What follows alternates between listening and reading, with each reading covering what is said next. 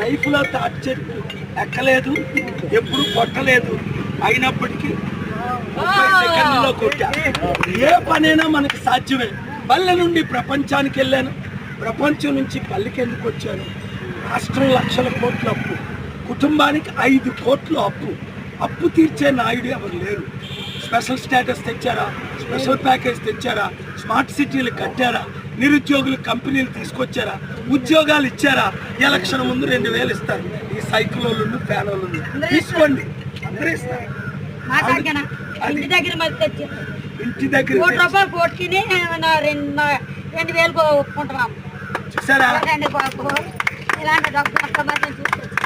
చూసారా? అది నీతి నిజాయితీ అంటే.